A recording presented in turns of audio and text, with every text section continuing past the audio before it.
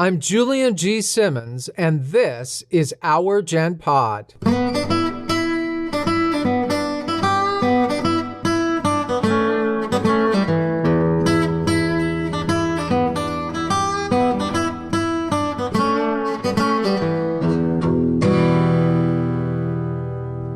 Welcome, everyone, and to those of you who are new to our podcast, we hope this is the start of a lasting relationship. This podcast is about sharing, caring, and communicating. It's a conversation about issues and topics important to the 55-plus audience, like us. As part of our series on the state of civility in America, we're talking with our friend Dr. Siegel, author of two fascinating books on disruptive play and the character of the trickster. We had so much fun we had to split the episode in half. Today, we bring you part 2, delving into Shep's newest book, Tricking Power into Performing Acts of Love. In part 1, we talked about how play evolves from the innocent frolicking of toddlers into something far more serious as we grow up, and we're taught to play games with rigid rules. Shep calls that cultural play, where the goal is no longer just to have fun, but to win. At its worst, cultural play can get downright nasty, and the ugliest form of all is war.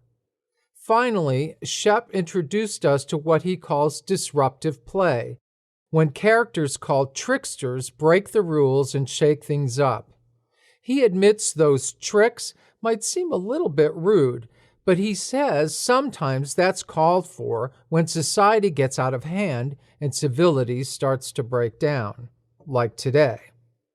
Shep teaches us how the trickster and disruptive play can lead to positive change in civil society. We pick up the conversation as Shep talks about the character of the trickster and why we need him now more than ever.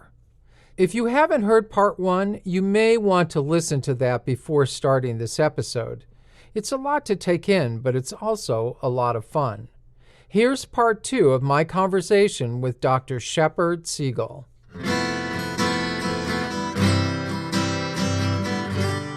You've written 2 books. The one is Disruptive Play, The Trickster in Politics and Culture, and your more recent book, Tricking Power into Performing Acts of Love. We really didn't get a chance to talk about your second book that much, and it would be great if we could talk about tricksterism and disruptive play. I'm putting the two together, and you can separate them if you want. No, that's good. When I first heard of your book and the word trickster, which, I haven't really thought about much through life, but obviously I knew it because of way back to when I was a kid and Bugs Bunny. What's up, Doc? I would like to talk about the trickster because for some people they may be going, I don't really get it. Yeah. Can you tell us in a few words who or what is a trickster? Sure. Trickster is an archetype in the Jungian sense of the word. So you have the mother, the hero, the warrior, the caretaker, the magician, and the trickster is one of those archetypes. Everybody is a conglomerate of all the different archetypes out there. Everybody's got some of it in them. Lowercase t trickster is a human being, and an uppercase T would be a fictional character or a god or a folklore character, like the great American trickster, Bugs Bunny. Ready for your close-up? Oh, my. The premise of the book, of both books really, is that if you get a grown-up who has retained the ability to be playful as they were as a very young child, I mean very young, before the age of 3, as a grown-up, consciously or unconsciously, they are going to engage with the trickster. But not everyone who plays tricks is a trickster. So I profile individual people in the books because that helps readers get a hold of what I'm saying. Right. The Marx Brothers, for example. You've got the brain of a 4-year-old boy, and I bet he was glad to get rid of it. Another great contemporary example is Sacha Baron Cohen. Absolutely. Yeah, who is able to find humor in what are otherwise very serious situations. My name is Borat. I come from Kazakhstan. Can I say first, we support your war of terror. To show our friendship, I now will sing our Kazakh national anthem to the tune of your national anthem. Please stand. Kazakhstan is the greatest country in the world. All other countries are run by little girls. Tricksters basically just want to have fun, and fun is what we're about here, that we hope the world is about eventually. Tricksters are utopian, ultimately, helping people imagine a better world by being a little bit rude to someone who perhaps deserves it. This is one of the interesting paradoxes of tricksters. They are both saviors and liars. So when John Lennon and Yoko Ono take out a billboard that says war is over, that's disruptive play. They're saying, let's have a peaceful world. Let's have a playful world, when they know darn well it's not. But they are disrupting the war by declaring it over before it actually is. Right. Abbie Hoffman was a peak performer of disruptive play, and I love telling the story of how he and a certain number of demonstrators levitated the Pentagon 300 feet off the ground. Yes. There's no proof that it didn't happen. Right. And some of my heroes who embodied the trickster are the yes men. So the yes men have an agenda of liberation, but they continue to pull pranks and tricksterish things. ExxonMobil is earmarking $8.6 billion to finance wetlands rebuilding. Well, joining us live from Paris now is Jude Finisterra. He's a spokesman for Dow Chemicals. Today, I'm very happy to announce that for the first time, Dow is accepting full responsibility for the Bhopal catastrophe. This interview was inaccurate. The hoax was an elaborate one. The prank knocked 3% off Dow shares. Well, I wouldn't say it's a hoax. It's an honest representation of what Dow should be doing. That's disruptive play. Right. Yeah. So do you think that it was our generation that really fully embraced the idea of disruptive play more than, I mean, I know there was disruptive play before that, but in a more mainstream way. Yes. You can read things about how Dr. Spock's book influenced the way our parents raised us. And also the economy was really good through the 60s on into the early 70s. And we did have the luxury and the privilege with Dr. Spock rooting us on of holding on to that concept of childhood and what was beautiful about it. And obviously it didn't always work out. It can be misunderstood, which is why I think that my work and my books have value, because I'm trying to give childlikeness, which I distinguish from immaturity or childishness. I want to give childlikeness its due, and the idea of being an adult who's able to be playful. In reading your books, I learned something new that I didn't know before, and that was it wasn't until a few centuries ago that children actually even had a childhood. Right. And basically that really didn't fully start developing itself until like baby boomers, right? Right. They were just warm, wet insurance policies so that someone would take care of you when you got old. Yeah. And in my new book, Power... let me, before you go on, can you tell us the difference between childlikeness and childishness? Just so our listeners are clear on what you mean by that. Well, it's the way the Buddha has been described, and that's someone who's gained great respect for many years around the world. The Buddha had a childlike quality. There's the Zen concept of always being a beginner's mind, and that is something that the child has. And there is that ability to be playful. Childishness, I think, is, I think of words like pettiness. I think of words like vengefulness, things, the less attractive emotions that might be part of when a child is growing up and goes through difficulty. And if you haven't learned how to properly sublimate, to use a Freudian term, those emotions, you can become a childish person. The jealous husband who eventually becomes abusive and violent. The politician who tells lies about their opponents and seeks disgrace. That's childish. So childlikeness is like the Taoist philosophy, to become a child once more. It's that Taoist way of looking at things, correct? It is. And I think through my books, it's a Western way of getting there with Western examples that I should hope people will relate to. Yeah, absolutely. Well, obviously, they'll relate to that probably more than they will to Taoist thinking. Yeah. But I did want to say, in the new book, Tricking Power into Performing Acts of Love, there's some interesting things that I borrowed mainly from the San Francisco folks at Research, is the name of their endeavor, their publishing house, RE/Search. And they talk about pranks. And what I'd love to get into with you is the magic of pranks and the playfulness of pranks. Absolutely. And there's all different kinds of pranks. Like I was just talking with Rob the other day that I came across just by chance something online about the Bread and Puppet Theater. Do you remember them? God, it sure rings a bell. They're a group that still exists in Vermont right now, but they became very, very well known during the anti-war years. And they would create these, tremendous masks and characters that were like 12 feet tall. Just enormous. You have to look them up. But it was all political theater.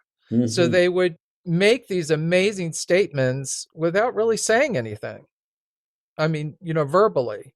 And they became, at least in the East where I'm from, they were tremendously popular through those days with their statements. And to me, it kind of was a subtle kind of pranksterism, but also it had this ability to lure people in because these puppets were just phenomenal and huge. And they would draw people in from wherever they were out, because they'd be going down the street. And they weren't like in a theater setting. They were just out there in the world.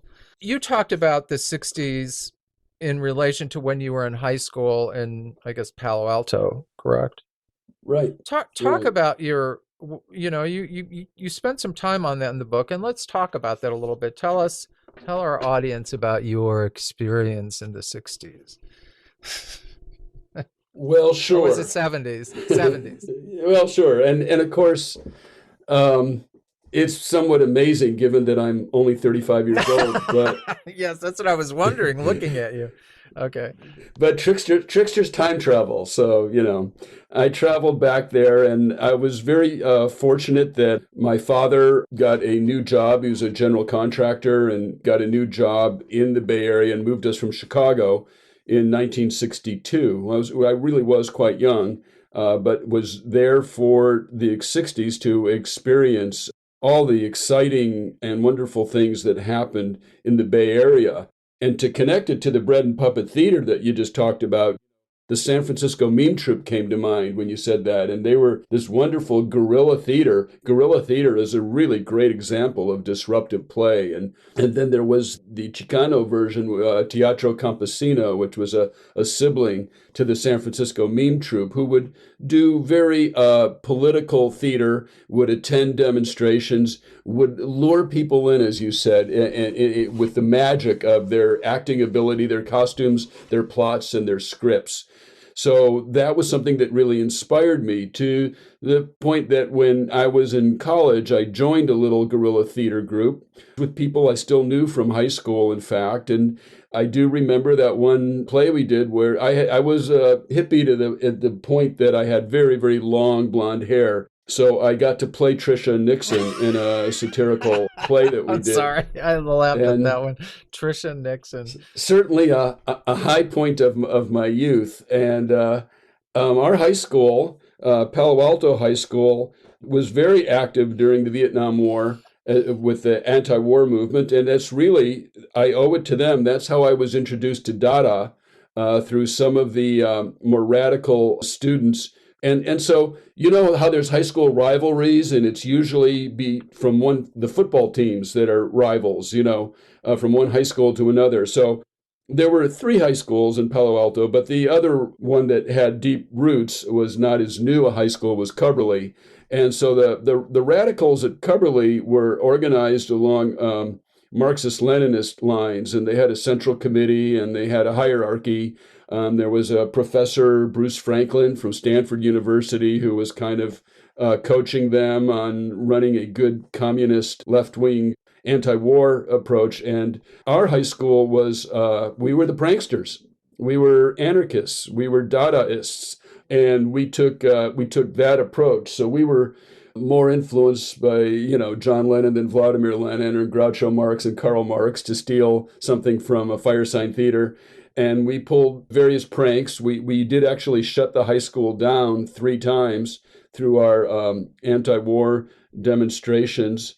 See, tricksters aren't always civil. And I did get on the back of a motorcycle once, and we made a pass at the principal, and I threw a water balloon at him. And so there was kind of this anti-authoritarian thing. But, one of the other things that we did was also anti-authoritarian, is we got rid of the student government and we created a town hall government where everything would be done in a pure democratic way, that the whole student body or whoever would come to the town hall meetings would vote. And we gave the custodians, the janitors, a vote. And the principal got 1 vote, and so we tried to take over the school that way. And there were various pranks, but I have to check the statute of limitations before I tell you any more. No. But it brings up a number of interesting things. One is the question of, when is it okay to be uncivil when you're dealing with civil issues? For example, ACT UP, which is not as far back as the 70s, more in the 80s and 90s. But ACT UP was a group of AIDS activists that brought attention to the plight of gay men suffering from AIDS, because Reagan certainly wasn't doing it.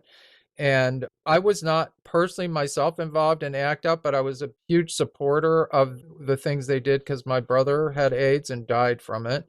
And I was very, very affected by what was going on.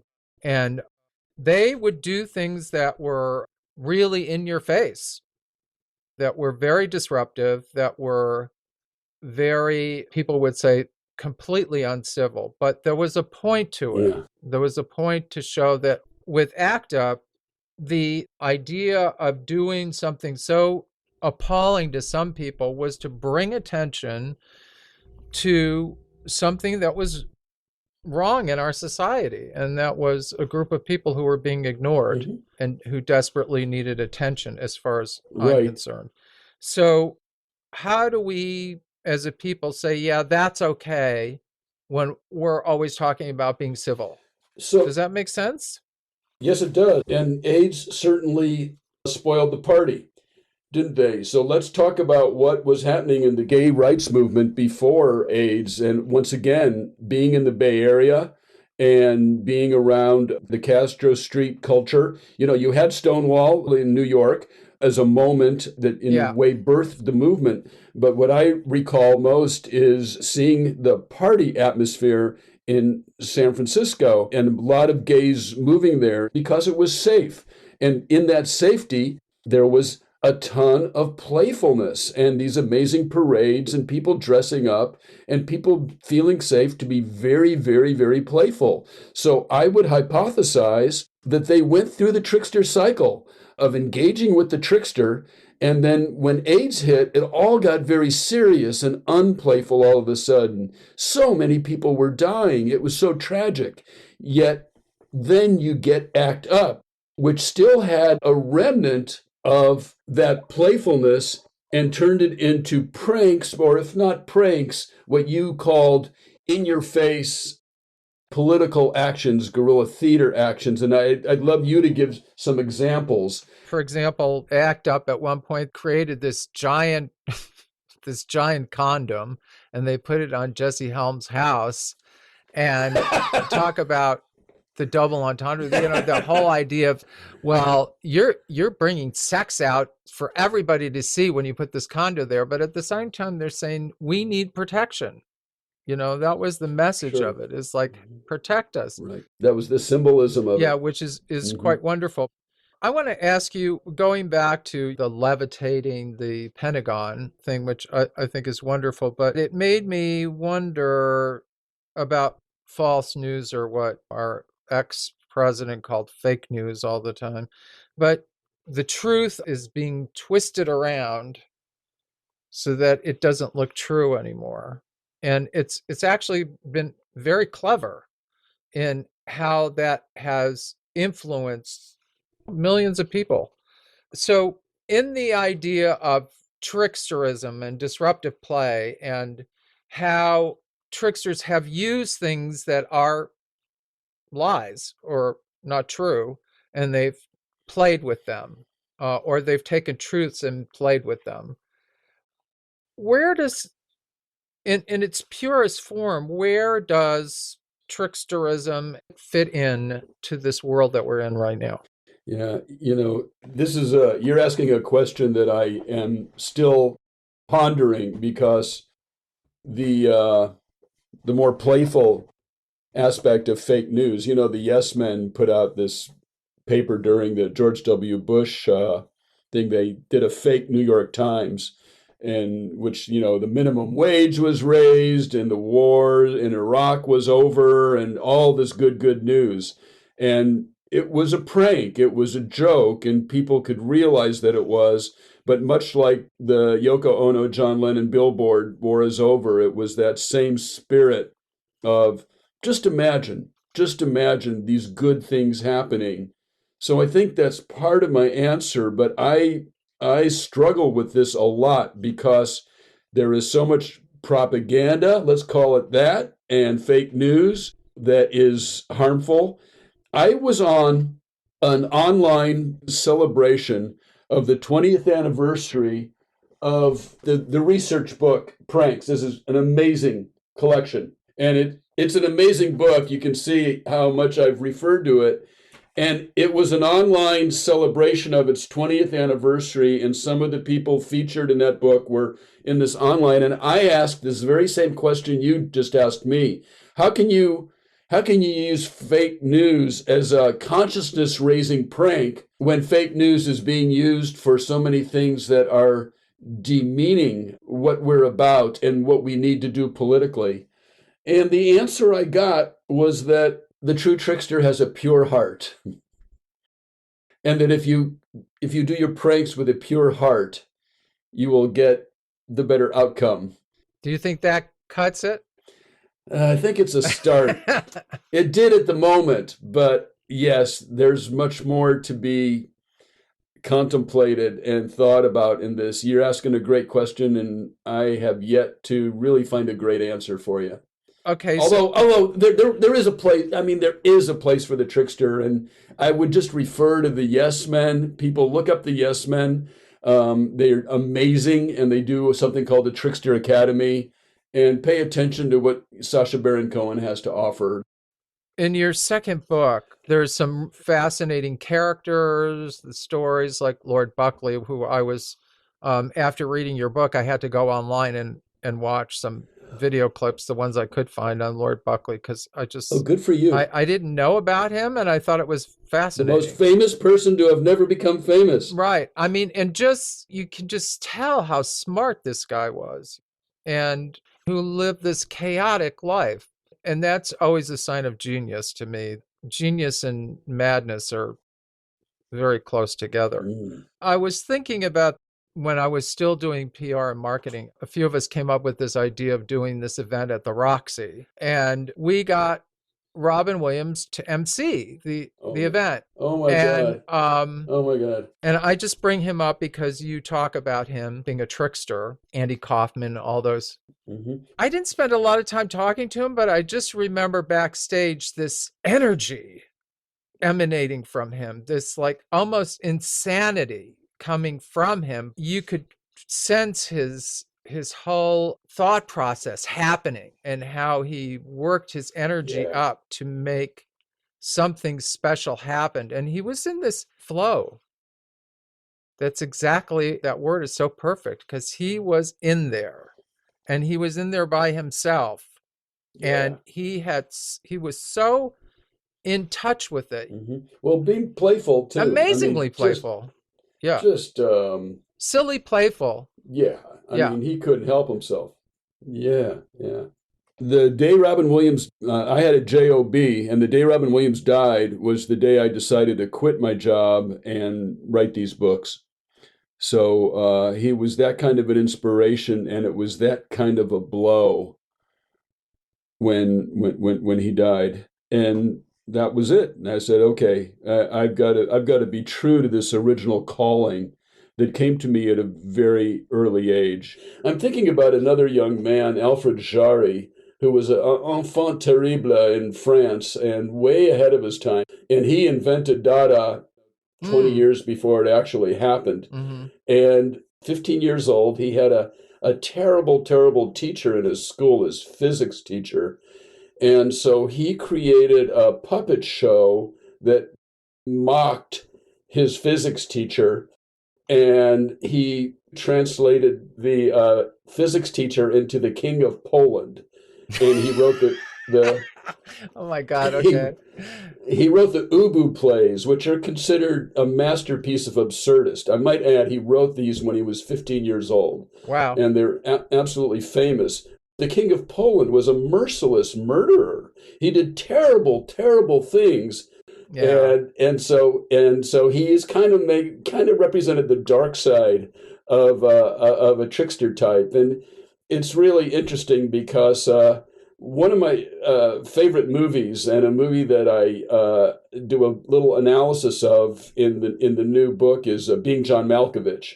And the opening scenes of Being John Malkovich pay homage to Alfred Jarry and the Ubu plays with this marionette dance that John Cusack performs in his character. But I think it's Catherine Keener, who is somewhat villainous in the movie, but she is a wonderful example of a female trickster, and her acting is phenomenal, and she is like a modern day Ubu being the King of Poland. I'll have to look at that movie again. I haven't seen it in a long time. You know, my theory is that as we become more playful, it's inevitable that the trickster is going to show up, and you're going to play some tricks. And the tricks are not intended to be mean ever, but they might be a little bit rude. May not be the best note to end on, but tricksters really love fart jokes. You know, I mean, it's a big deal. And the trickster character in Bavaria is Till Eulenspiegel. And Till Eulenspiegel is a champion against authority and against income inequality. But he's really into scatology, too. You know, I mean, and this is, hey, don't kill the messenger. Sorry. This is deep into Bavarian. You know, I have to throw something in. Have you ever heard of Lepetamine? I have not. Okay, well, you have to read up on Lepetamine. I had this friend, Bill Harris, who was a film critic for Showtime, who unfortunately has passed away in the last few years. But he said, I have this book you have to read. And it was this paperback book, and it was about this real life character named Lepetamine, who would actually he had a way of being able to play music with his farts. So he would give these big concerts in Paris, where he would do a whole farting concert. Signore e signori, ho il piacere di presentarvi uno spettacolo di petomania. Scusate, mi schiarisco un attimo la voce. Ecco fatto, un po' di Vaucedine.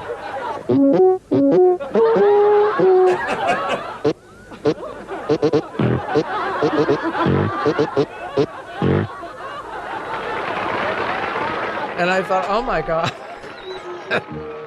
I mean, and well, that, you know, go ahead. Yeah.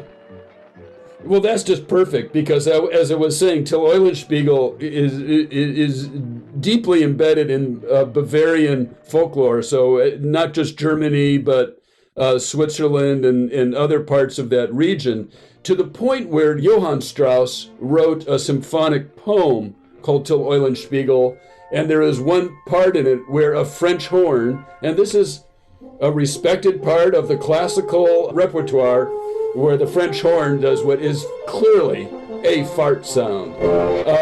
So you might not consider that civil, but it's the kind of playful prankishness that a civil society has room to appreciate.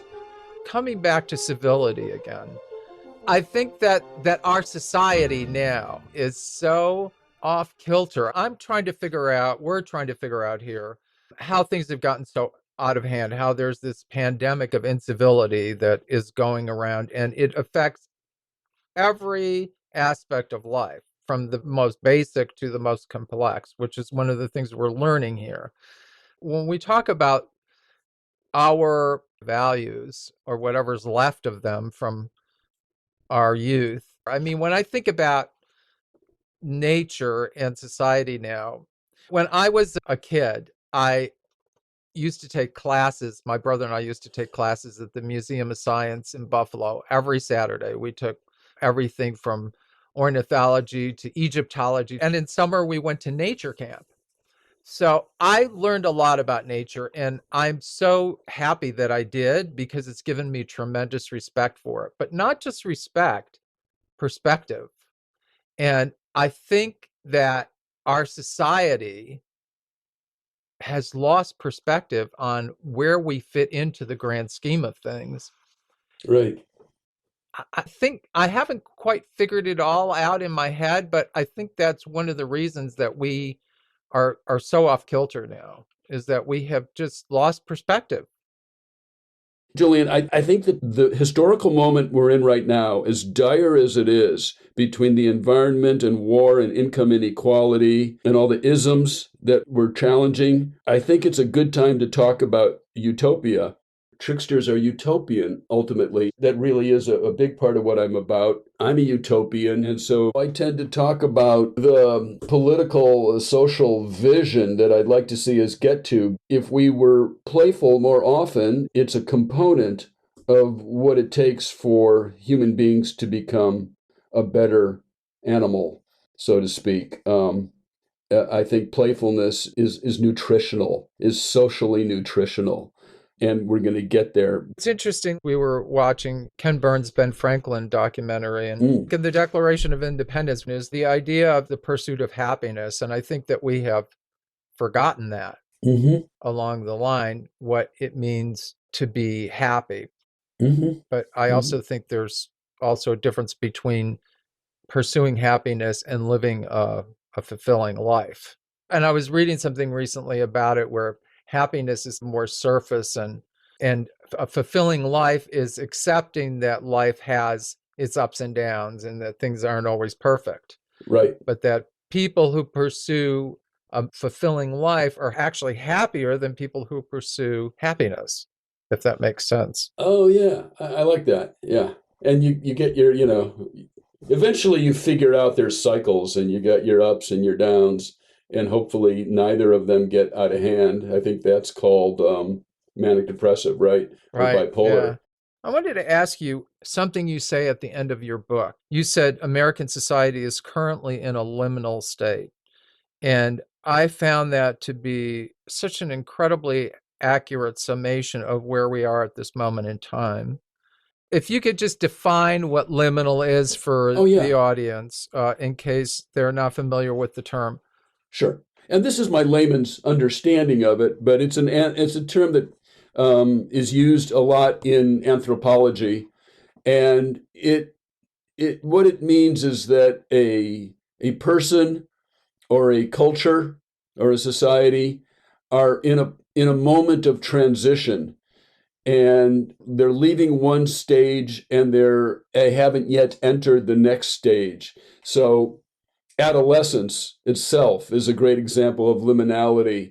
Well, I'm still in touch with being a kid, but I'm looking to be a grown-up, and I worked with teenagers a lot, but I'm not, they won't treat me like a grown-up yet. And it's a volatile time. And it's volatile. Anything can happen to a person, and anything can happen in a society, and everything in between.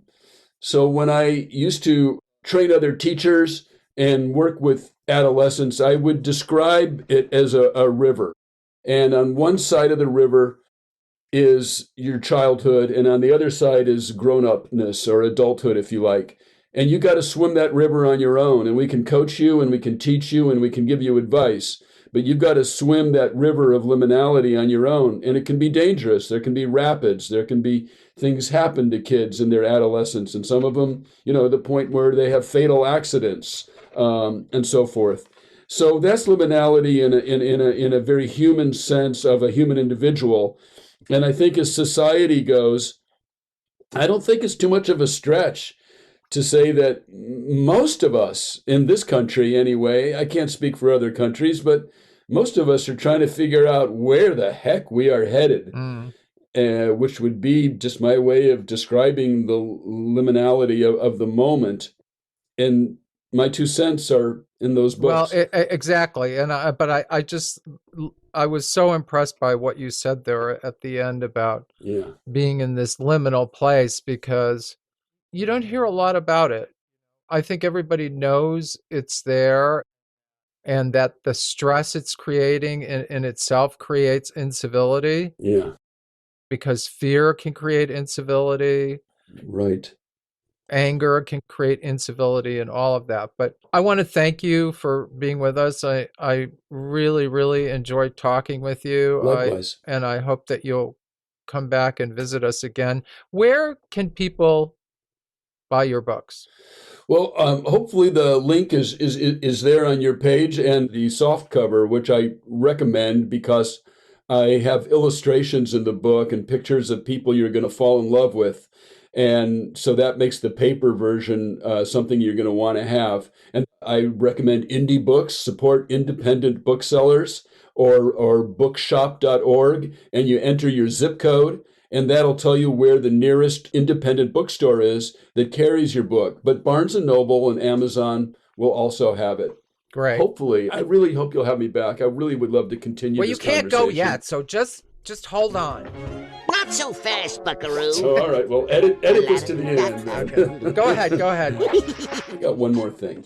I just want to say one last thing in support of your podcast and the fact that you guys are taking on civility, that in a historic moment and a liminal moment that has allowed rampant uncivility to take over so much, I think what you're bringing to the conversation is important. And just as importantly, I think what you're bringing to the conversation will be fresh, and that you are finding ways and finding people to come on to talk about civility is something that is going to be fresh, because we're swimming in so much of its opposite. And people will hear this, and hopefully it will stimulate a movement to create civil spaces in our society. Well, that's wonderful. And what you're saying is exactly what we're trying to do, is to bring fresh perspective on the issue of civility and hopefully get people to think about it in ways they haven't thought about it, and hopefully not just in an us or them way. Mm-hmm. We're in this together. We have to figure it out together. On. Thank you so much, Shepard Siegel. Should I say doctor? Or you can. Yeah. Dr. Shepard Siegel. Thank you so much. Okay. It's been wonderful. It has. I've really enjoyed it. Thank you. Have a great day. Okay.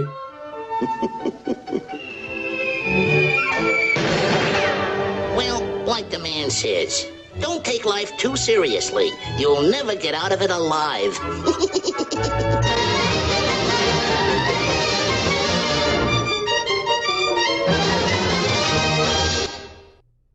Yes, we did get a little silly in this episode. Sorry about those fart jokes to anyone who was offended. But isn't that all part of connecting with that childlike sense of play once again? We certainly could use that right now. Some of you may be wondering what all this has to do with the state of civility. Things are definitely getting worse in that department. Some say we're headed for a civil war.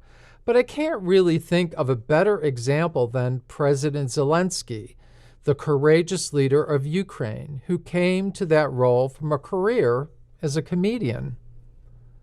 The darker things get, the more we need that trickster spirit, I suppose it depends on where you sit, but I agree with Shep that it's a good time to focus our sights on a better world, a more civil society, and a bit of disruptive play might just help us get there.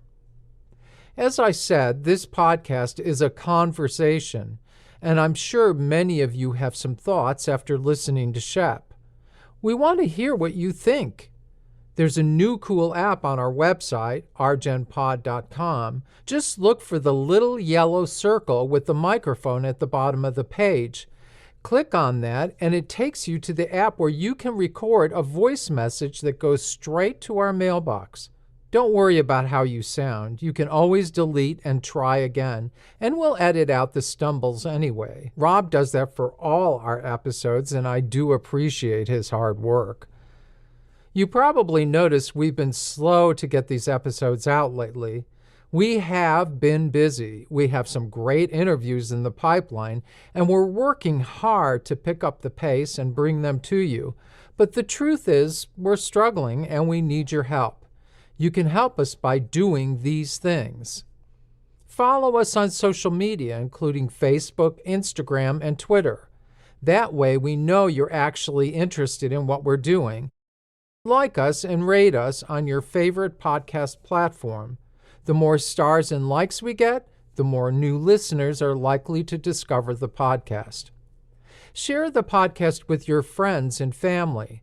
The more people who do so, the easier it is for us to seek and obtain funding for our podcast. Support us with a financial donation of any size. You can do this on our website at www.ourgenpod.com and look for the donate link. Send us your comments and ideas. Try out that new voice app. And finally, join our mailing list. I want to thank Bill Aldrich for composing and performing our wonderful theme music,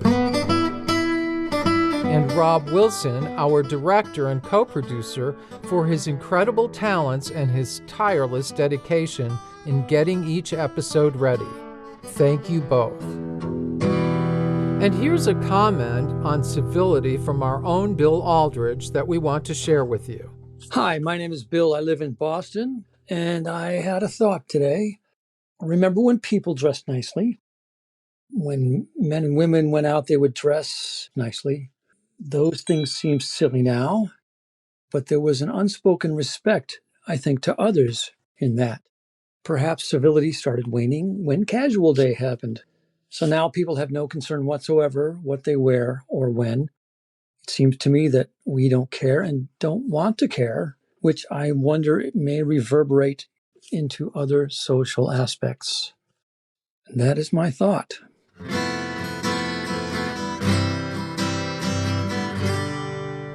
I'm Julian G. Simmons. Thanks for listening. Unless otherwise noted, all content in this podcast is copyright unauthorized films. This podcast includes copyrighted material, which has not always been specifically authorized by the copyright owner. This content is used only where it is the specific subject of commentary by us and our guests as part of our effort to advance understanding of issues of social and historical significance. We believe that this constitutes a fair use of the material in accordance with the Fair Use section of U.S. Copyright Law Section 107, which reads, "The fair use of a copyrighted work for purposes such as criticism, comment, news reporting, teaching, scholarship, or research is not an infringement of copyright." Further information on this claim of fair use may be found on our website at rgenpod.com.